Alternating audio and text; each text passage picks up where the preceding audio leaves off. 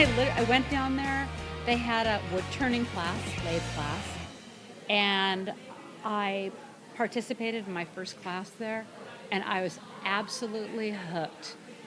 Going back in that woodworking shop, the smell, everything just reminded me of all the years spent in my dad's woodworking shop. Hey Islanders, and welcome to episode 160 of the Camano Voice. Today I speak with the owner and founder of Northern Lodge Creations. Please welcome Paula Swager. Hi, I'm Brandon Erickson, and you're listening to the Camano Voice podcast, where I interview local business owners, comedians, singers, and more. I dive into their backstory to find out how they got where they are, what are some of the tips for you to do the same, and find out where they are going. Tune in every week as I interview more of the people you see every day.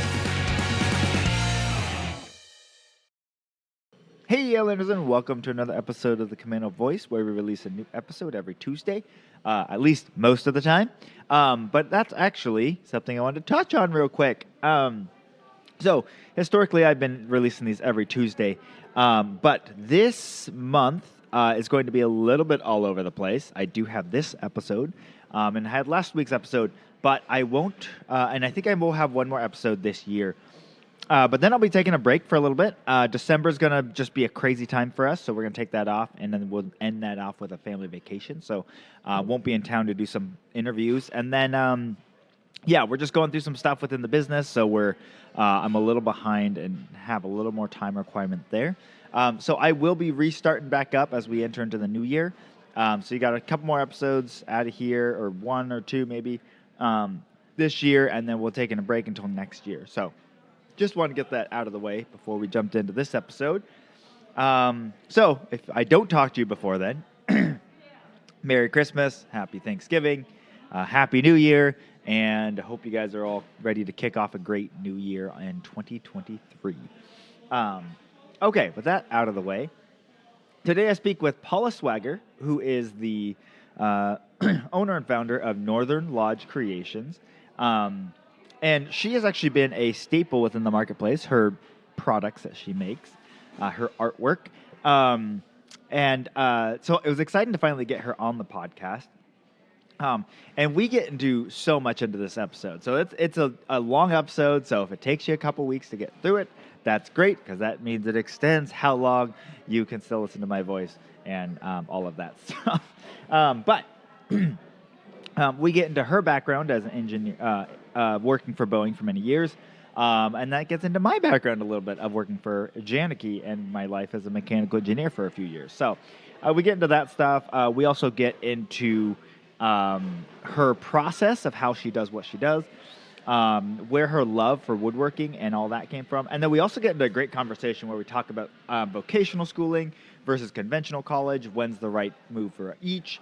So we get into all sorts of stuff. This is a wide-ranging conversation, but it was a lot of fun. Great lady to speak with. Love her products that she brings in. I keep saying products, but I mean artwork.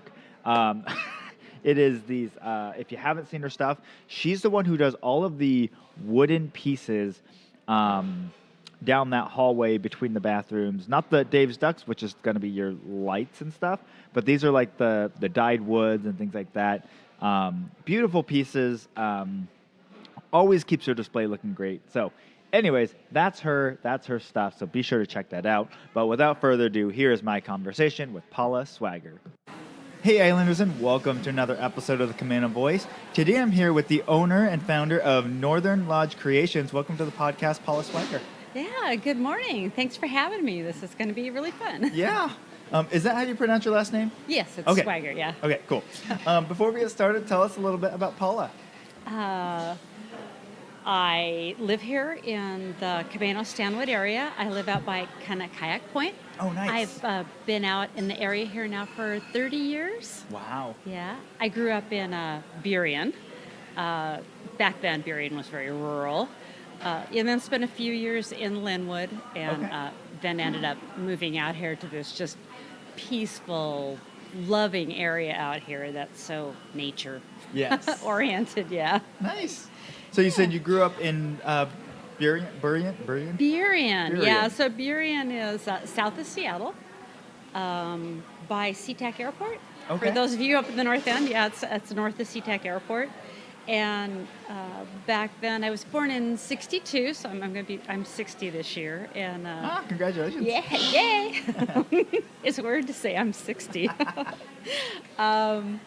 But yeah, Burien back then. Now it's very busy, but back then it was pretty rural. I mean, there was horses and a lot of kind of small farms and just different, Yeah. But we grew up in this kind of I want to say it was a different time. It was, you basically, as a kid, you'd go out and play, and your mom would be like, hey, just get home before dark, call if you're going to a friend's for dinner, We didn't have, cell phones or computers. Yeah. 3 channels on TV, right? Right. So, yeah, your imagination and your, was kind of your fun. Yeah.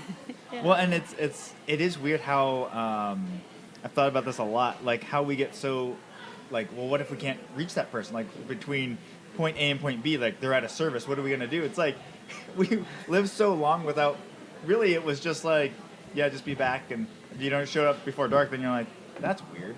Maybe they're at a friend's house. Like, I don't know. It was. I mean, I think I miss those days. Yeah. Of somewhat being able to have this kind of private disconnection, and you could kind of be in your own space, in your own world. And now it just, if you don't answer your phone, people are like, I texted you. How come you didn't? Well, I was busy. I don't know. Yeah. Well, I also wonder, like, from a anxious perspective, like, in some ways you think that the fact that we can communicate at any point makes it so that we'd be less anxious or, like, worried about people. But it makes us more worried because, like, they didn't text back. What if they're in the dish on the side of the road? What if, your brain starts running off and you're like... It does. I never used to worry about. Now when someone doesn't get back to you, you start freaking out. And me and my husband both talk about how much we kind of miss the days when you were just a little more disconnected, a little bit more privacy. I think sometimes you don't have the privacy because everybody can contact you at any moment of the day. Yeah. Right.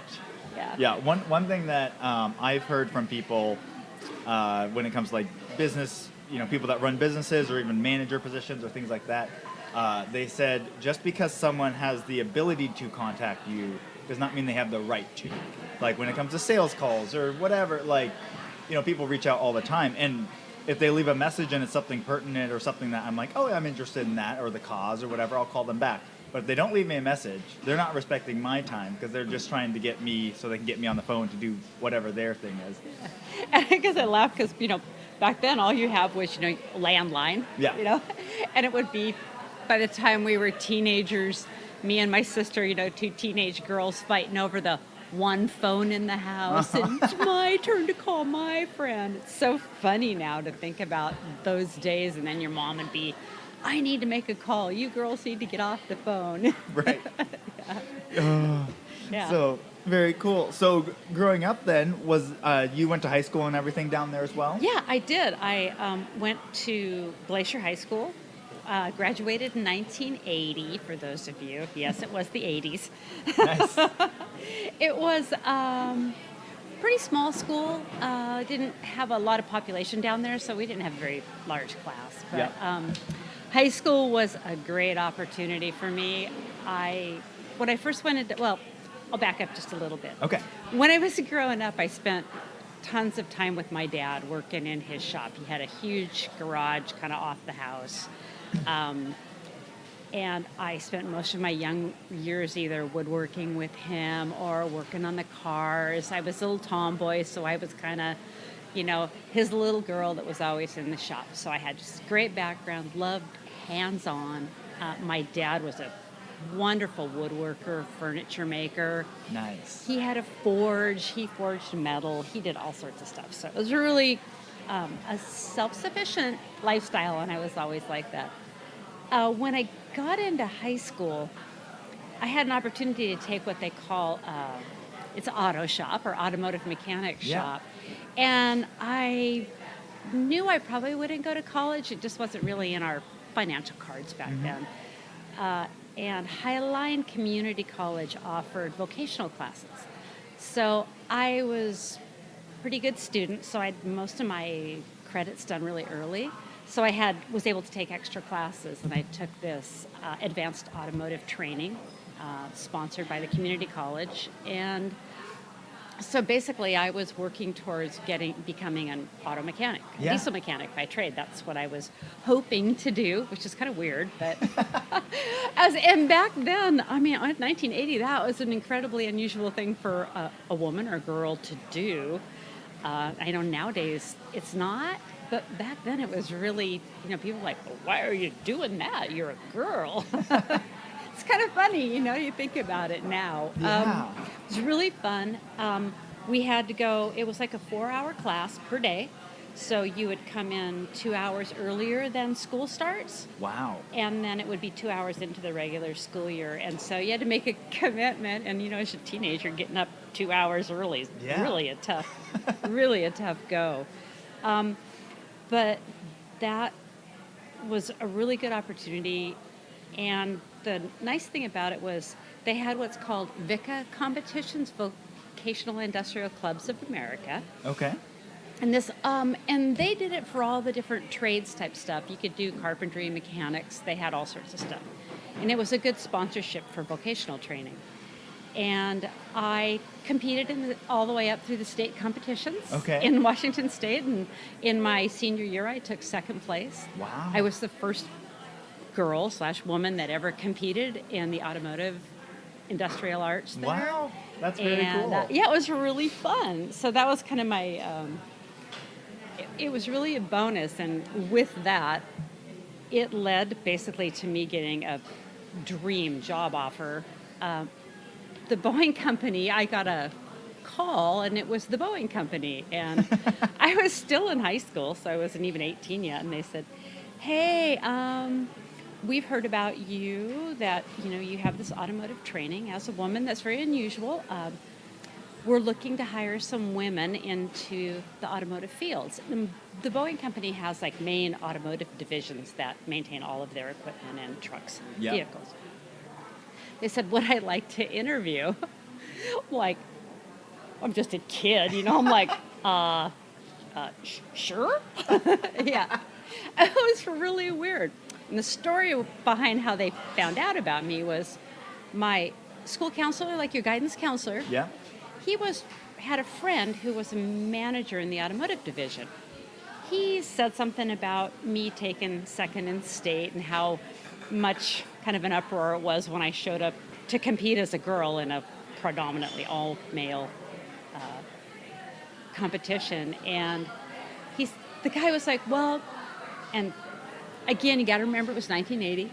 We're being, forced to hire women into the trades. We were being told we have to bring women into the fields. And he said, would she be interested? Because they were looking for somebody. So I got to go on this interview, which was really strange. I'm just a child, Okay, they're like, what do you know? What are your skills? And so I went over, what my skill set was as a mechanic. And they said, well, it was a good interview. I thought, I don't know, I'd never been on one. Yeah. Went home, didn't hear anything for a couple of weeks, and thought, it was a good dream, but, whatever. And then I just got a call, and they said, this is Boeing Employment, and we would like you to start in 2 weeks, and could you come down and finish up the process? I hadn't even finished graduating from high school yet, and I now just landed. And back in 1980s, Boeing was some of the top paid jobs in this area. Yeah. It was really good. My starting wage was 4 times what my minimum wage job I had at the time was. I didn't even know what to do. I was like, I all of a sudden now had a grown-up income, and I was, still in high school. Wow. And they let me work what was called a split shift, so I worked half a first shift, half a second shift, so I could continue to finish and graduate high school. Yep.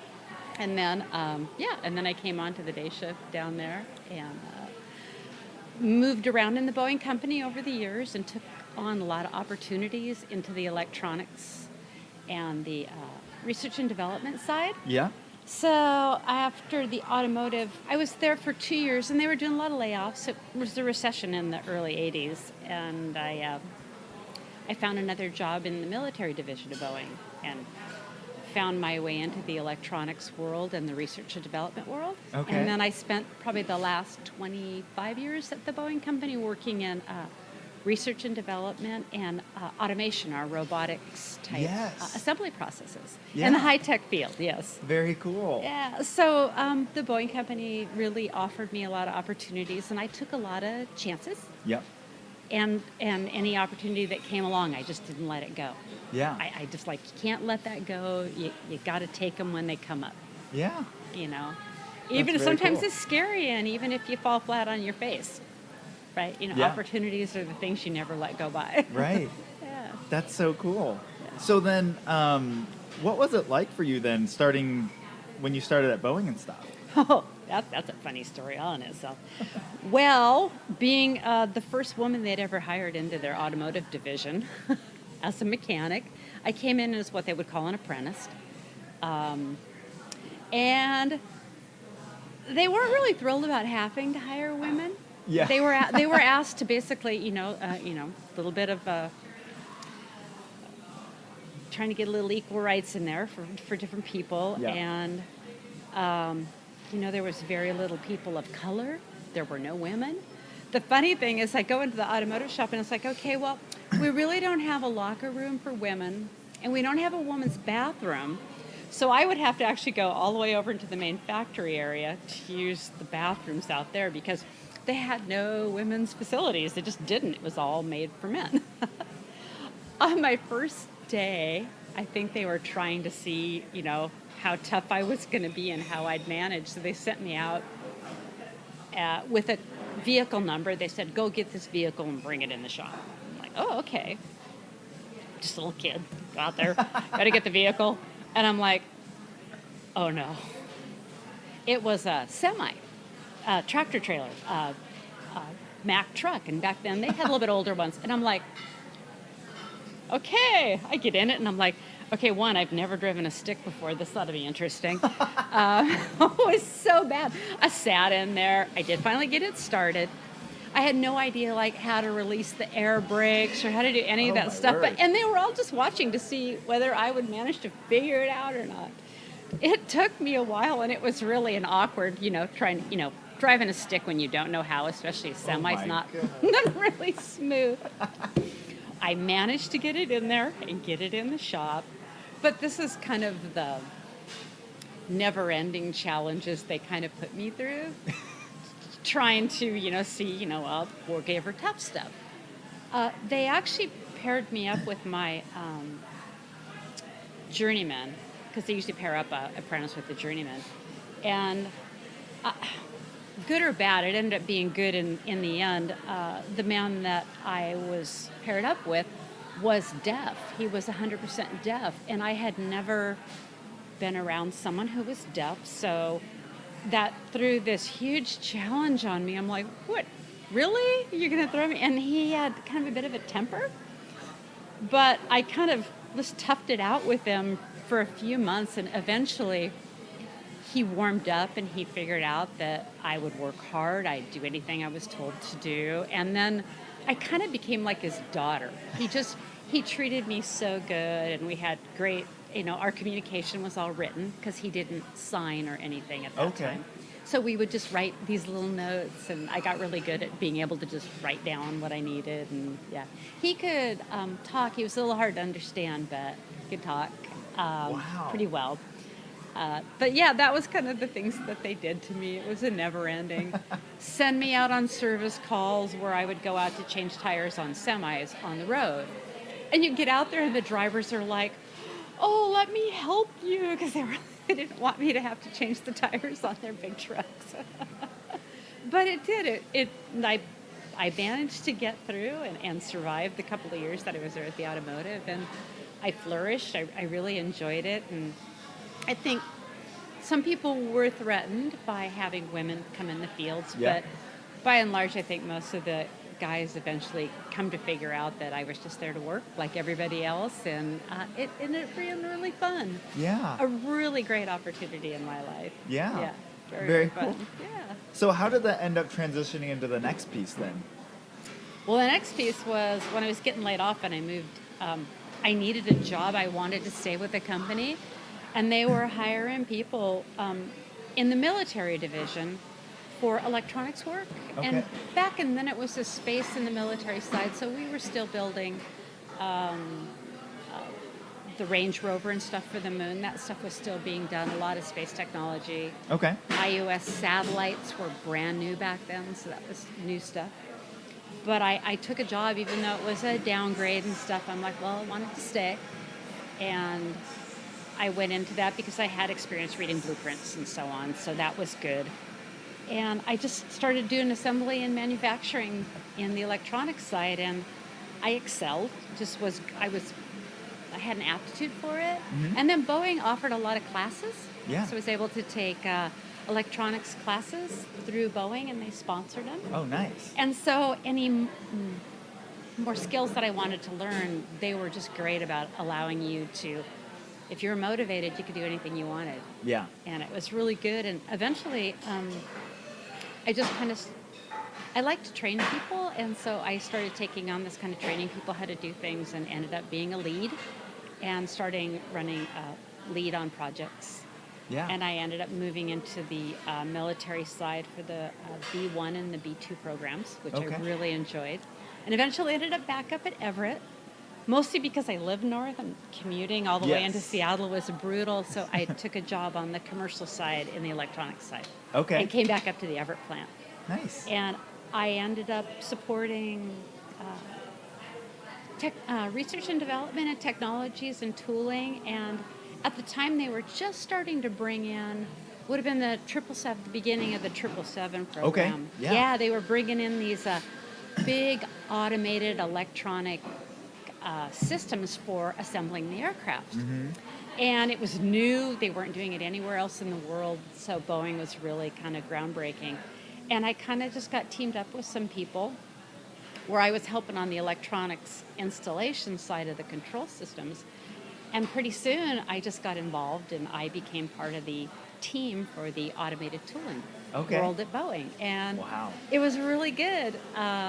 Lots of years worked 777 program, moved into 47, and they were automating a lot of the processes over there. Yeah. So it's kind of like computer controlled robotics, not like super high tech, not Right. like super fancy robotics, but Yeah. it was moving the aircrafts in these really small movements to get these, perfect fits like you need Yeah. for an aircraft. Yeah. So that was really another opportunity that just came my way, and I picked up on it. Mm-hmm.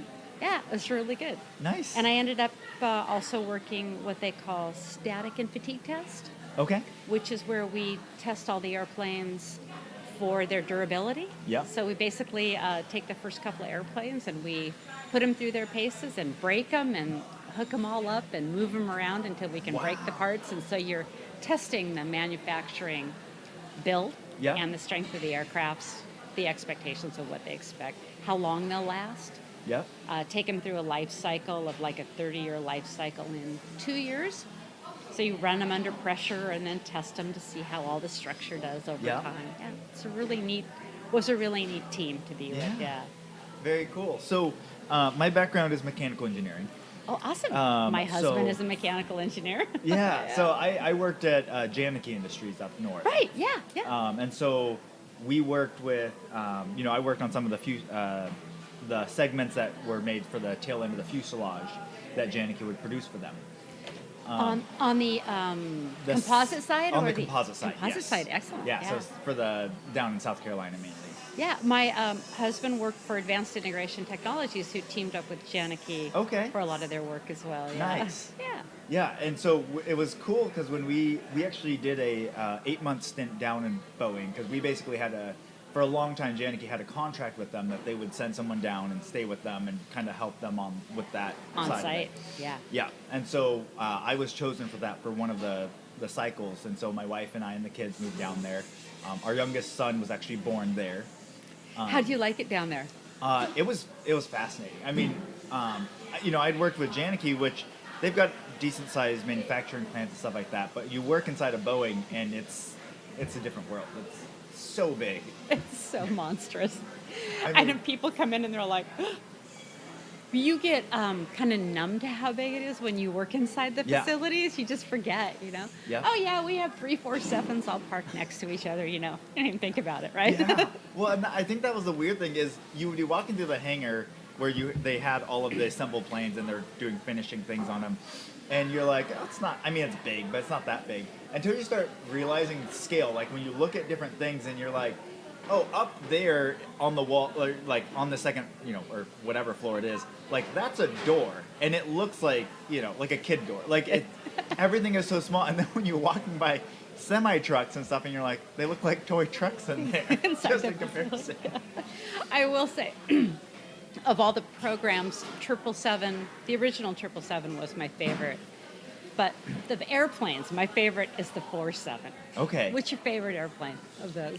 I don't know. I always got the numbers all mixed up. I always wanted to see what the like Dreamliners and stuff looked like or felt like to actually fly on because we saw so many of them, but we didn't get to like Chance to fly on one. Yeah. So I just thought they were fascinating. I just like the amount of stuff they put into all of the planes and stuff, and just everything is such a tight tolerance, and everything has to be designed. And then when you try and make luxury but in small, it's just really interesting the little things you can do. Like when they talk about like we've added an extra inch to footroom, and you're like, well, what's that mean? But it ends up feeling like a lot of space. Yeah, and I think in the manufacturing process, like you understand, people don't understand. Like when we're assembling an aircraft, even 47, it's called determinate assembly is what they call it. And the manufacturers build your parts. We bring them together, and we're aligning these monstrously huge aircraft panels within hundreds of thousandths of an inch of tolerances, and using lasers to set aircrafts to these, perfect tolerances, and people they think of them as you're big assembling and riveting them together. I'm like, yeah, it's way more technical than that. Yeah. Well, and I worked on the stress analysis team at Janeke, but before that, I was working on the floor as a metrologist. So I was doing the laser, all the tracker measurements. work and stuff? Yep. Tracker work is fun. Yeah. I love tracker work. Yeah, so we were doing all of those things, and it's just crazy how tight of tolerances everything had to be. Yeah. And so, It's funny, I did not know you were a part of the aircraft. And you ended up here. Yep. Yeah, so I was in the engineering world for about 5 years.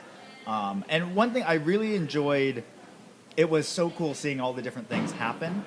But one thing I realized about myself is that I enjoyed the working with the people, the teams, working on the teams, and where my career path was taking me was really specialized because stress analysis is very specialized, and the deeper you go into it, the more you go into either like you're a finite element analysis person or you're a, the calculation side, but you end up being very much in your lane, and you work a little bit with other teams, but for the most part, they give you the project and you get it done. Yeah, one guy goes and does all the design, and then he hands it to you to go do the stress analysis. Yes. Yeah, exactly. Yeah, and so what I found was I was like, I don't have the human-to-human interaction as much. So I was looking at like possibly trying to move into project management or things like that.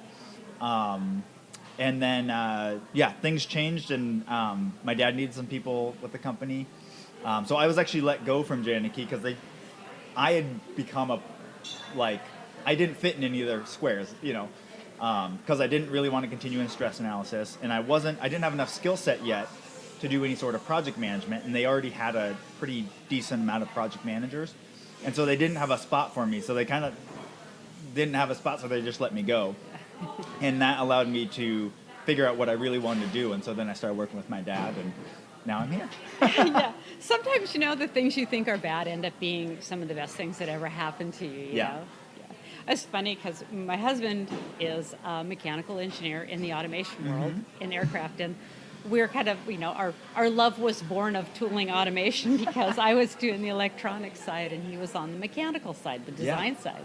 And that's how we met on the 47 project, which is sort of funny. I see why it's your favorite plane now. We worked, we managed for a lot of years. We worked together for a lot of years, which is hard. Yes. But we did do really good. Our thought processes are a lot alike. So, yeah. Yep. he was doing the mechanical side, I was on the electronic side, and so it worked really cool. Nice. Very cool. Yeah, no, I still think it's fascinating. And what blew me away, especially just at the Boeing plants, but the one we were in South Carolina, they kept getting to the point where they were trying to up their numbers of planes they would produce per month. And it just blew me away when we first got down there, I think, or when I moved down there, I think they were at 12 per month. And then by the time we left, I think they were at like 18, and their goal was to get to like 30, I believe. And just that, The concept of that. yeah, like when you walk through a completed plane, you're like, they want to get to this point with, they were at 12 planes when we got there, which is just mind-boggling. In and of itself. Yeah. Yeah. So it's just crazy. The amount, there's a lot of things about Boeing that you're like, man, they're really slow moving on making decisions or on certain things because they're a massive company. But the way they get their work done, like their system buildings, there are things like that they put into place that allow people that aren't like the most skilled people in the world. Like a lot of the people you're working with are pretty average people, but they are the ones who are putting these planes together at that rate. And you're like, how does this all work? Yeah, I think when I left the developmental side for the first time and went into support manufacturing directly for automation, so a big part of my last few years was I was the technical specialist for the automated control system side. So I helped the shop train and then help keep the systems running and then help ensure any upgrades that were coming or changes we needed. Like if the aircraft manufacturing process changed, then all the automation associated to that had to change with it to change with the processes. And so the whole process and how you can't really change one thing without touching 100 other things that then touch 1,000 other things, and it just gets exponential as you go down the road. Yeah. And when I started working directly in manufacturing, I realized, because I was a bit of a snob at the time, thinking, oh, they're just the shop people. Yeah. No, you realize how skilled those people are, how much they know. And without them, aircrafts don't get built. Right. They have so much skill, and people don't give them the credit for the skill that they have out in the factory. So people out there were fantastic. Work hard, a lot of hours.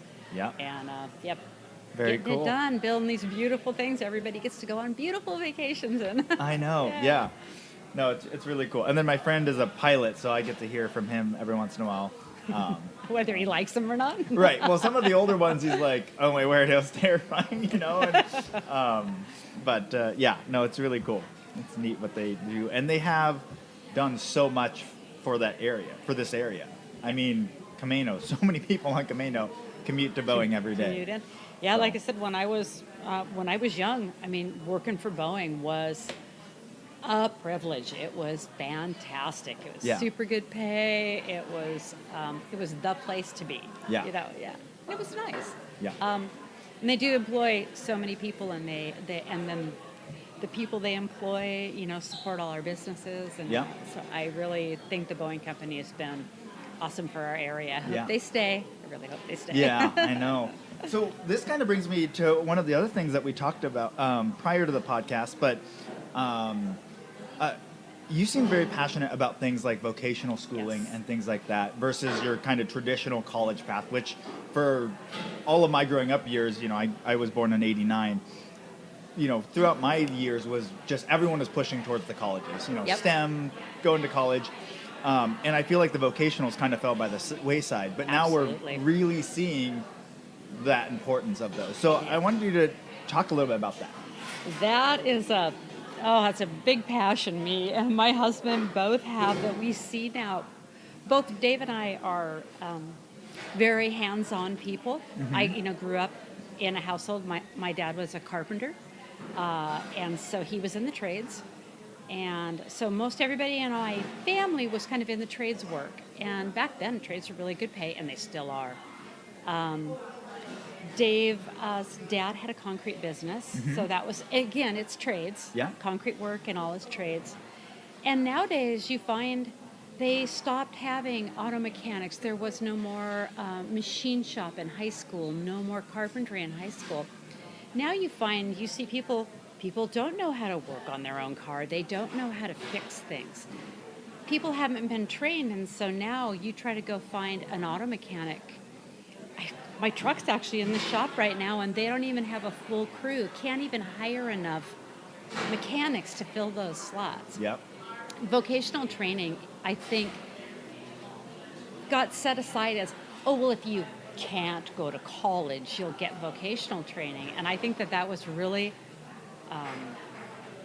it was very short-sighted. Yeah. Because now we're short of all of the tradespeople that the vocational schools taught. Carpenters, electricians, plumbers, everything. And all of those jobs are super good paying jobs. And the thing I think I really appreciate about vocational schools, and then they usually go right into the trades, and they have apprenticeships. So you can go to a vocational school, be in an apprenticeship. You're now also getting paid. Yeah. You're getting to go to school.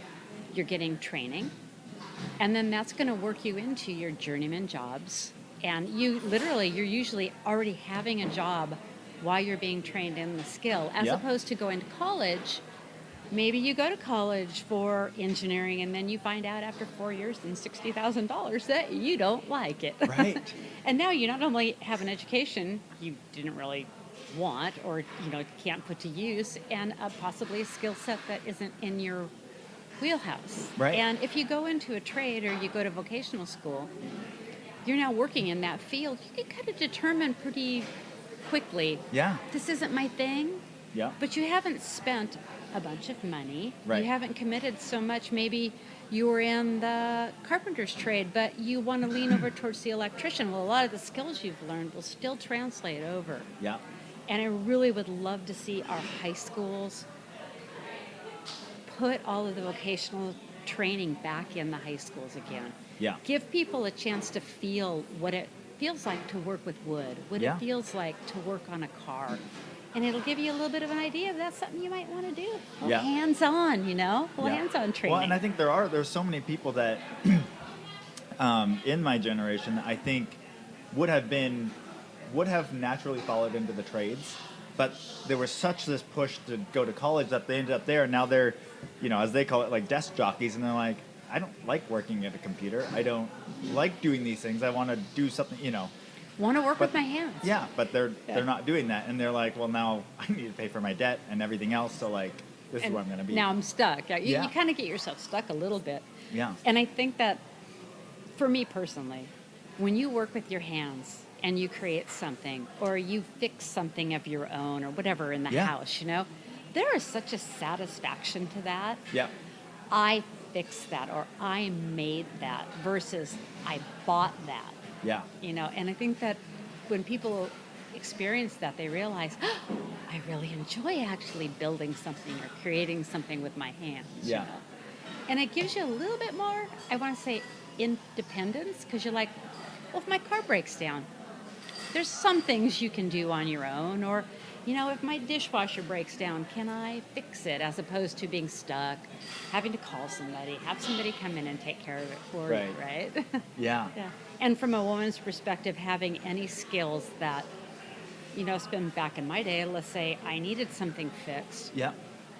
I don't want to be the woman in distress going, oh, I can't fix that myself, Yeah. It's nice to have the independence, and with independence comes freedom, I think. And sometimes when you've gone to college, you have all this debt, you kind of taken your freedom away a little bit. Yeah. With your debt and your commitment to the job you thought you maybe wanted. Yep. Yeah. No, and for sure. Exponential technologies and stuff, so many of the skills that people thought they would go to college for are now being replaced by technologies and AI and stuff. So you got to be very careful what you go to school for. Yeah. But no AI is going to be able to build a piece of furniture, handcraft something for you, Right. So those skills to me are always going to be needed. Yeah. And they're extremely in short supply, skilled people Yes. are, Yeah. I don't know if you hear on the radio, you'll constantly hear, oh, well, we're taking on apprentice for this, for carpentry, for anything. Right. Yeah, it's, there's jobs out there for people. It doesn't require, $60,000 in debt in college to, Yeah. find Well, a and career. yeah, and like being on the other side of that, and like when something's going wrong here within the marketplace or within our building complex, it's like trying to get someone out when you've got an emergency, like something is not going right and it could be very destructive. It's like trying to get someone to get out is so difficult. You're calling multiple plumbing companies or electrician, and you're just it's getting smaller and smaller. I think I So- took my we work on our own vehicles, but I bought a newer truck and we got a warranty, extended warranty, and I wanted to just have one thing that, we didn't have to work on ourselves. So you really can't work on it yourself because you'll void your warranty. Right. So I call them like, yeah, it's not shifting. Well, we can get you an appointment in early December. December? You said December? So that was like 2 weeks ago, and so I'm like without a vehicle till Oh my word. they can look at it in December, and they're just like, we can't hire people, we don't have a full staff, we cannot get mechanics in. Yeah. Like you, right? Can't get it fixed. Yeah. Yeah. Well, now they can't even get the cars in because those aren't there. It's just- Then I'll be lucky if they find out I won't be able to get the parts, and then it'll be another 2 months, 3 months. Ah. Yeah.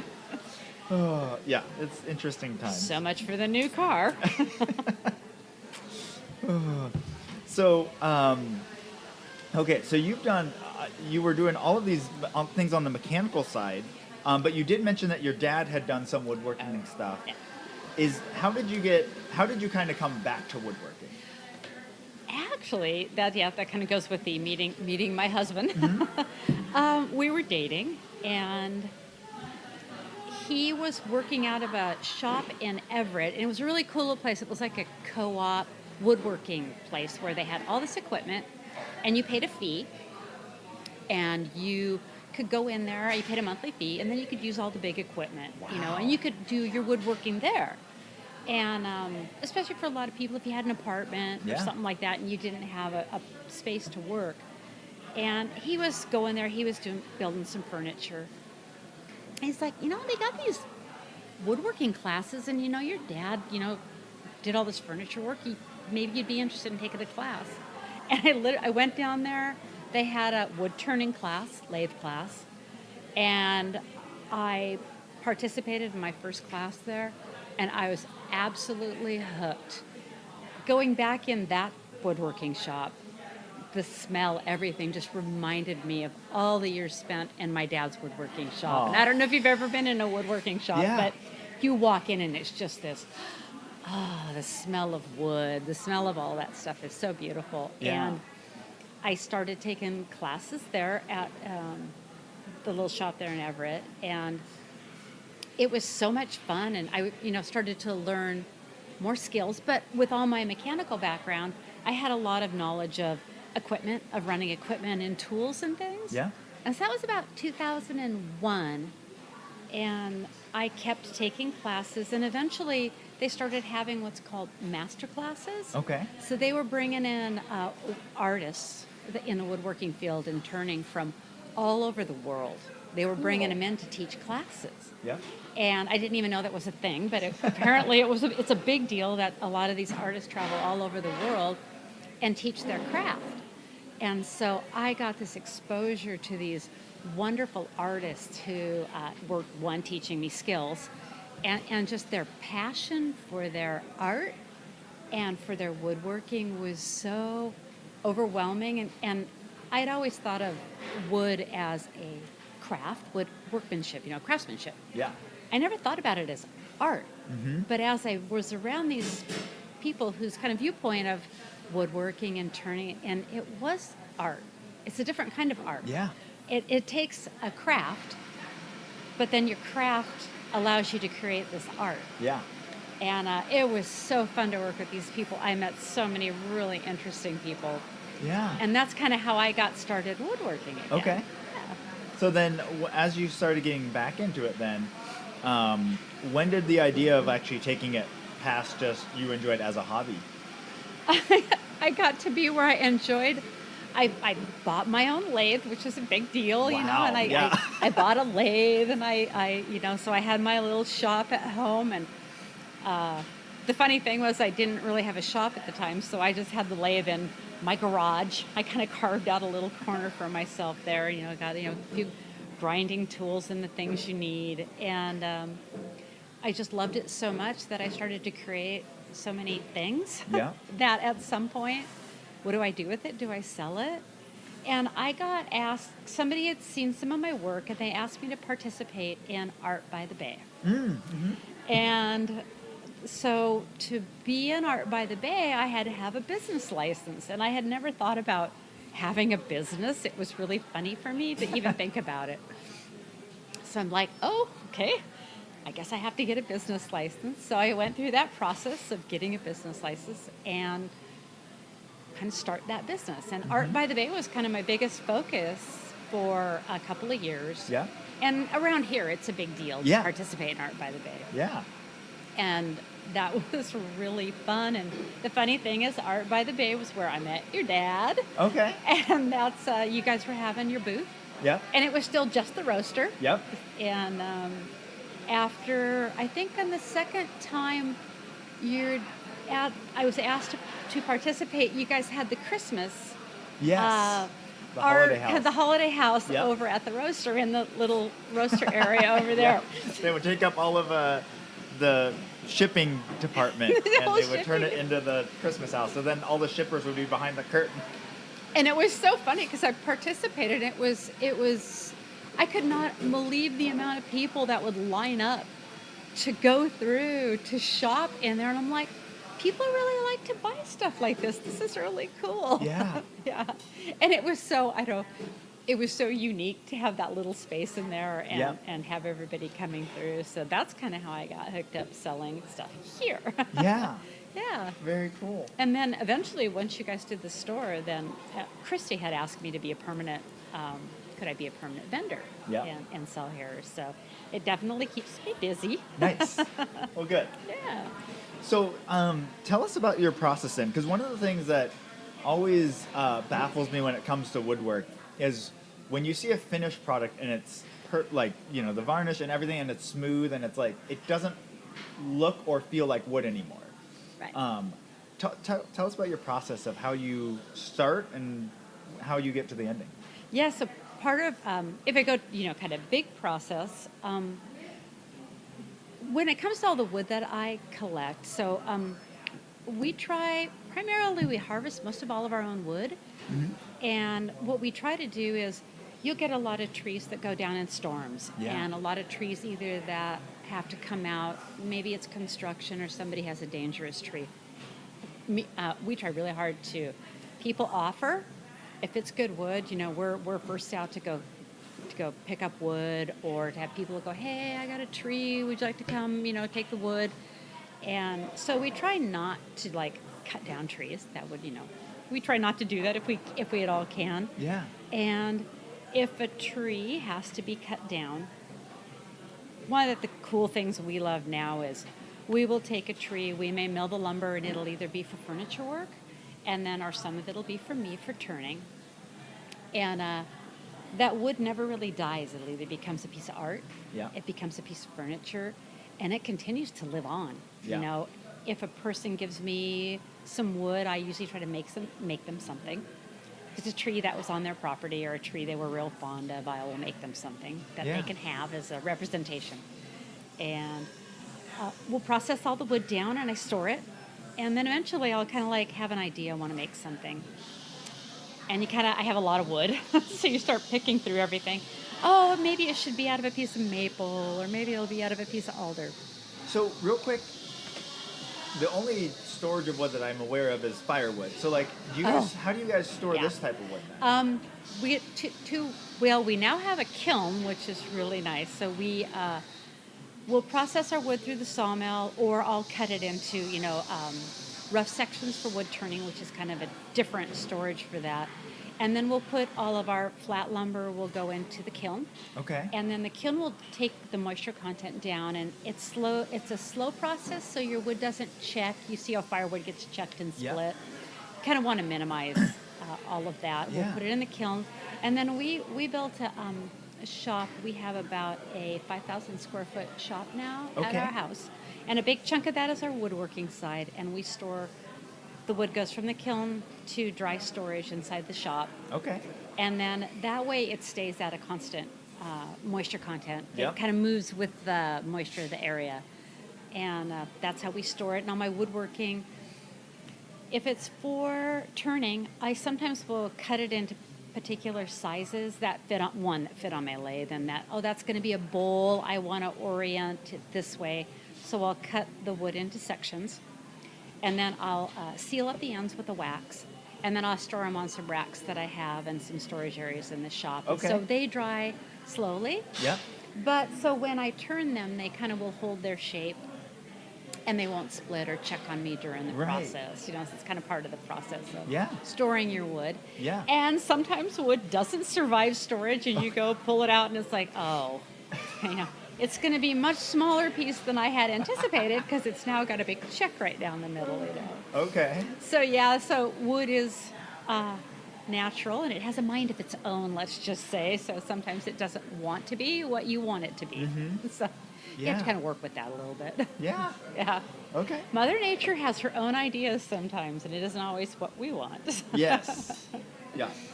But Awesome. yeah, I'll and I may not touch some of my wood for like a year or so after it's been processed. Okay. Because it's not dry enough to really work with.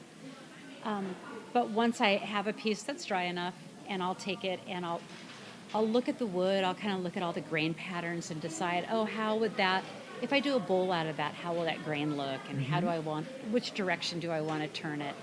And then I usually will rough cut them on a bandsaw to shape. Okay. And then mount them on the lathe, and then start the turning process, and hopefully the wood agrees with me and wants to become what I want it to be. But then I'll do all my tools on the lathe are hand tools, so you have just a tool rest and your tools are in your hands, and you're moving, not like a machine lathe where it's all moving automatically. This is all by hand. Okay. And turn, usually if it's like a bowl, I turn the basic outside shape first, then I turn it around, and then I will hollow out and turn out the inside of the bowl. And try to keep, sometimes you'll see some of my work is real thin, and some of it'll be thicker. It all kind of depends if the piece should be a little thicker piece or what it kind of catches my eye as I'm working on them. Yeah. But as I get down to my shape, I start the sanding process, and I will start Okay. sanding at like 80 grit, and then I go 80 grit, 120, 150, 180, all the way through the grits down to about 800. Oh, wow. So Okay. that's where you get that fine. And then midway through the sanding process, I start putting on what's called a sanding sealer. Okay. And it helps seal up your grain. And then I'll keep sanding through that process. And then eventually when I get down, if I'm dyeing the colors, which I love doing, the dyeing process is so fun. About 400 grit, I'll start applying the dyes. Okay. And then they can penetrate the wood. And then I keep sanding off and re-dyeing until you can get that kind of richness. You see in some of my colors are really rich. Yeah. It's multiple layers of dye. Okay.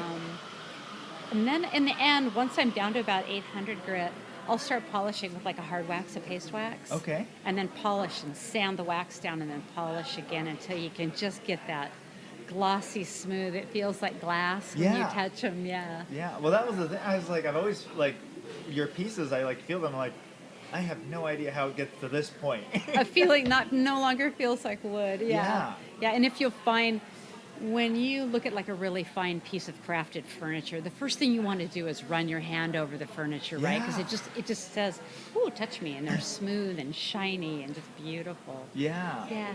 And I'm adding a little bit of there's a product called Deft, which is a lacquer sealer, and I'm starting to use a little bit of that to help even make an even shinier, a little more depth to the finish on them. Okay. I do like to finish off with the paste wax because if somebody buys a piece, min wax can be bought anywhere. Okay. And anybody can touch it up.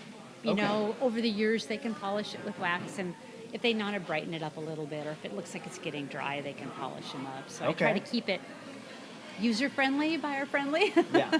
Yeah. Nice. Yeah. Very cool. So the other question I had then, where did the name Northern Lodge Creations come from? I get to give that to a really good friend of mine. He was up here from Texas visiting. He's part of a company that does a lot of automation. He owns that, and he was up here visiting. And Texas is kind of pretty bland. And he was up here, and he's just like up at the house, and it's just so many trees. And I live on about 7 acres, and with a lot of timber around. And it's like, your house is just like a lodge out in the mountains. I'm just going to call it the Northern Lodge. And it stuck, and it got to be kind of a joke between us about the Northern Lodge. And eventually, when I started my business, I adopted the name. I actually called him. I said, hey, I'm going to use the name, for my business. And he kind of thought that was pretty funny. I said, I wanted to honor you with that because it fit really well. Yeah. And the Northern Lodge Creations, and it really suits the kind of woodworking I do. Yeah. Yeah, and the kind of work that I like to do, yeah. Yeah. Very cool. So the other thing I wanted to touch on, because you were telling me about this before we started the podcast, you guys are redoing your house, Oh, yeah. but not just like a small remodel. So No. tell us a little bit about the process, and then what's kind of your vision for like the end goal of it. Well, part of this was, it's getting to be great. It's back to woodworking. Both me and my husband love to do woodworking, and we decided we were going to do remodel. And got plans, and they were kind of it was like, well, the idea of the concept of what walls were going to come out and stuff was fine. And we knew we were going to do all the work ourselves.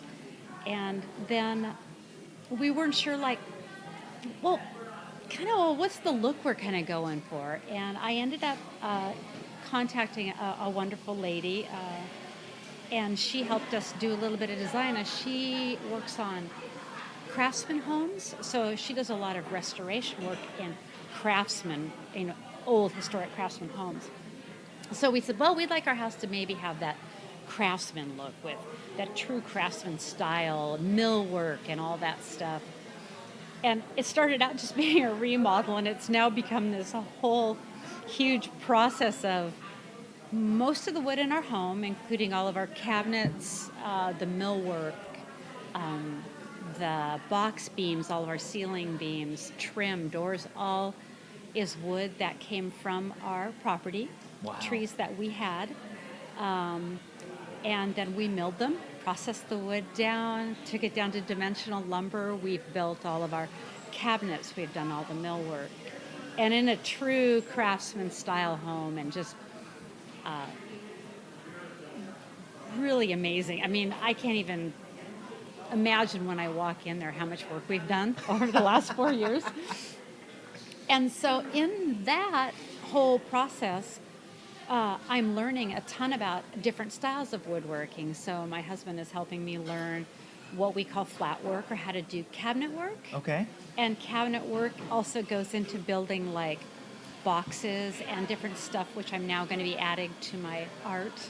Okay. Kind of jewelry boxes and different processes of Yeah. how to do different kind of joinery, like finger joints, or whether you're going to do biscuit joining of, cabinets or boxes. So I'm learning all these great skills, and it was kind of funny because my dad had all these skills, but I was pretty young when he was doing that. So although I saw the work done, I didn't have the hands-on myself.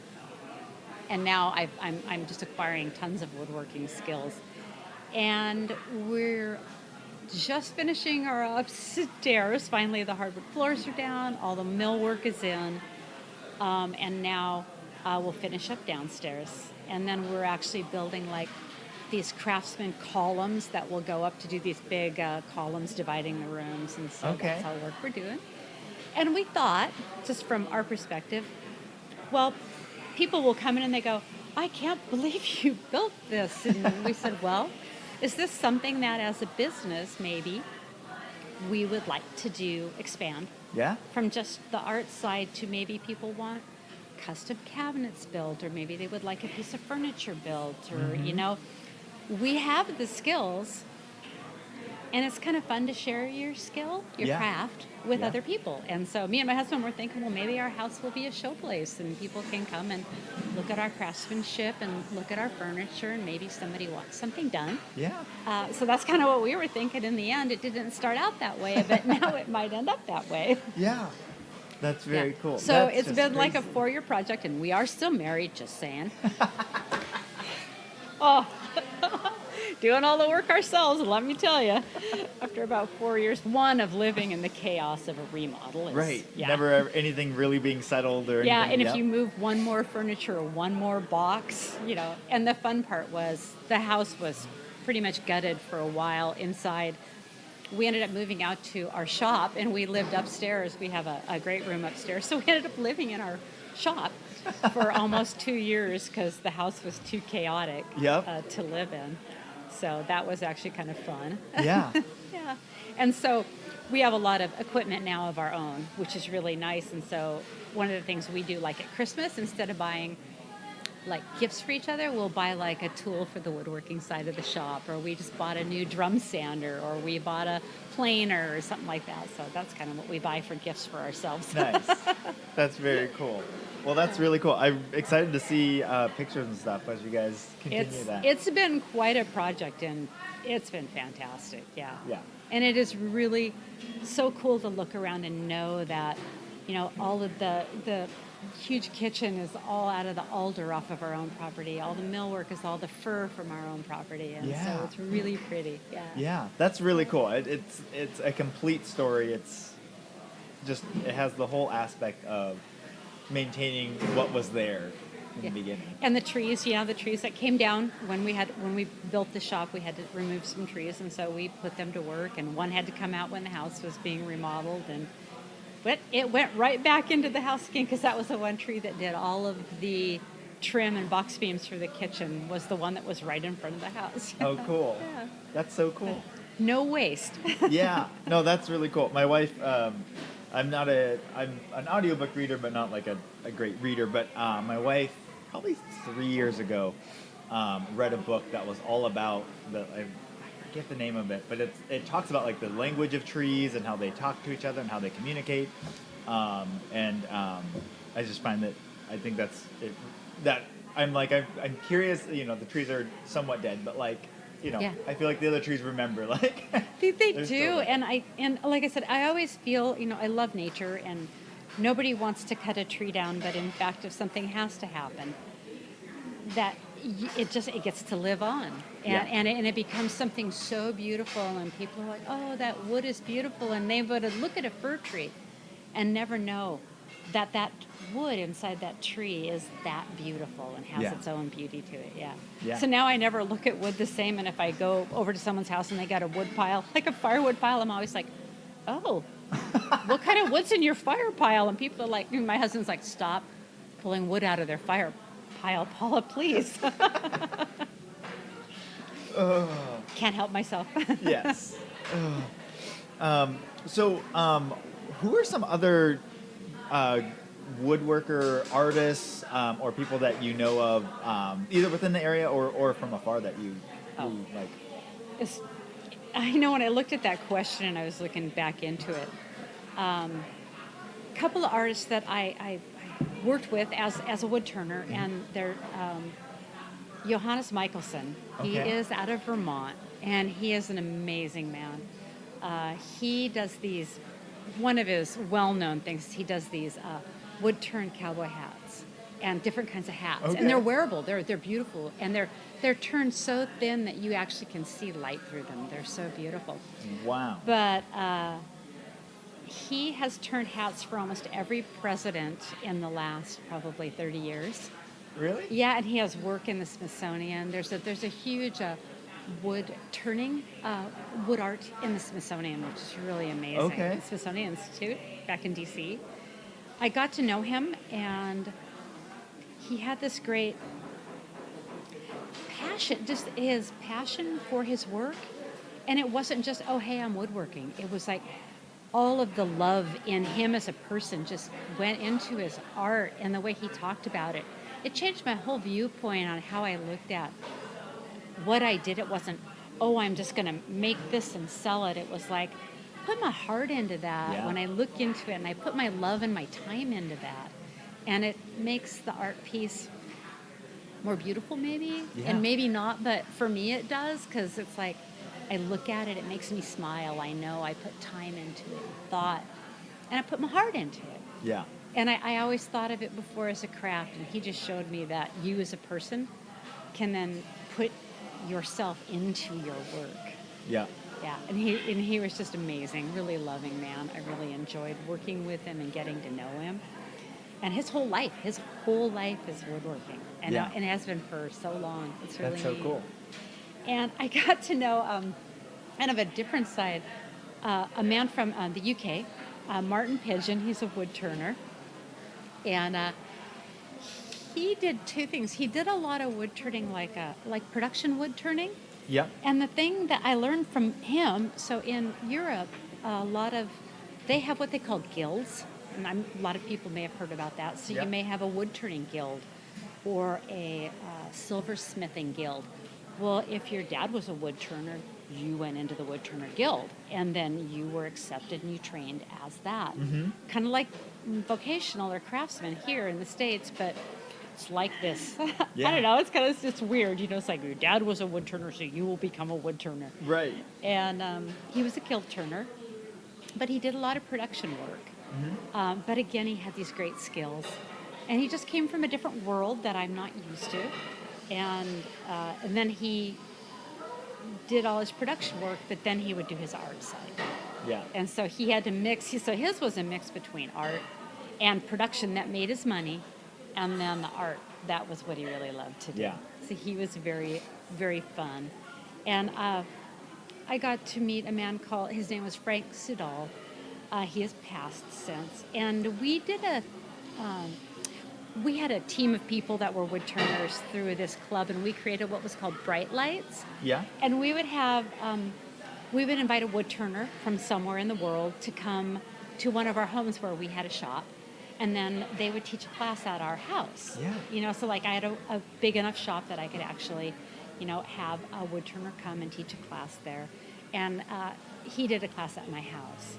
And he was the first person that probably introduced me to dyeing wood colors. Okay. He was somebody who was kind of innovating and dyeing and doing airbrushing on finished wood. He would do these beautiful, like 2-3 foot tall hollow forms, and then he would do all these carvings and piercings to make these amazing art pieces, and then he would paint them and dye them in all these beautiful colors, and I had never seen that done with wood before, and so that was my first exposure to that. And he was kind of this fantastical person. He had these huge ideas about art and creativity, and he was so fun. He was probably in his 70s or so when I first met him, and it was just really fun. He was just so expressive about the things that excited him, and I'm like, to be in your 70s and to be just so excited was something. I was like, I want to be that person. I want to be 70, 80 years old and still get excited about things and still want to create, Yeah. Yeah. That's awesome. Well, thank you. All right. Well, I like to end every podcast with some rapid fire questions. Sure. So the first one is, what purchase of $100 or less have you enjoyed the most in the last 3 months? I bought 2 small gourd little bowl creations at the Anacruza Art Festival. And they're these little hand painted. And then she did some like decoupage in the inside. And they're just sitting in this shelf. And I don't know why they make me so happy. Every time I walk by there, I'm like, those are so pretty. And they were not very expensive, but they were just so pretty and they make me happy. That's awesome. That's great. Who is the most influential person outside of your family in your life? Probably Johannes Michelson. Yeah. Yeah. He was just really touched me as a person. I really enjoyed getting to know him. Yeah. Nice. Yeah. Okay, this is a fill in the blank question. I know this is weird, but I've always wanted to blank. Play the fiddle. Okay. That's very cool. I just got a fiddle. My husband bought me one, so I'm learning how to tune it right now. Yeah. Step 1. Yes. Yeah. That's it's such a cool instrument to hear it played and see it played. Yeah. But it's very, yeah. I don't know technical. why, just something about it just draws me to it, and I'm so excited. Yeah. And I wanted to start, and then when COVID hit, then I couldn't get lessons anywhere. So yeah, now I'm gonna start all over again trying. Yep. Nice. Very cool. There's a local fiddler, Julie Campbell, and she's fantastic. She just embodies everything that you want in a fiddler. Like, she's so happy. She's always smiling when she's playing. And she just Could playing the does fiddle good. not make you happy? I Yeah. just seems like it should. Yes. Well, when you're starting up, sometimes the practice noises that Well, come out. I will say that I think right now it's not making my dog very happy. He's like, oh, please learn to tune that soon, Mom. All right. Who is an interesting or fascinating person that I should interview next? If you could get an interview with Marie Claire. Marie Claire. She's an artist and a jewelry maker out of Mount Vernon. Okay. She had her work upstairs here a little bit, Okay. and she was always at Art by the Bay. She designed and did our wedding rings for me and Dave. She is a beautiful person and has a very interesting life story, Okay. and just a beautiful person. Nice. Yeah. All right. And lastly, what piece of advice would you give your 20-year-old self? My 20-year-old self. Actually, I jotted down a few notes on that one because I thought it was important. If I could tell my 20-year-old self something, I'm not sure I would have listened because I was 20 and I knew everything. Is to be true to yourself and to follow your passions. Don't follow the money or what other people think that you should be. Mm-hmm. I spent a lot of my younger years worrying about being called different or odd.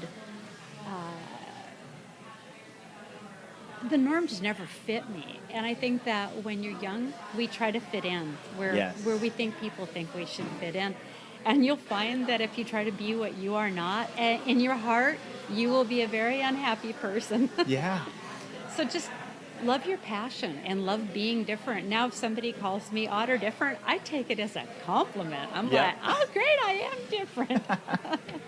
That. And then, just embrace your individuality. Mm-hmm. Just be yourself. Yeah. Very cool. And besides, lots of interesting people make the world way more interesting. Yes. Yes. Well, thank you so much for joining me on the podcast today. Oh, thanks for having me. It was really fun. Yeah. Enjoy this. And Islanders, I will talk to you on the next one. Well, a big thank you to Paula Swager for joining me on the podcast today, and thank you for listening. If you haven't already, be sure to rate, review, and subscribe to our podcast on your favorite podcast platform. It really helps us be found by other Islanders like yourself.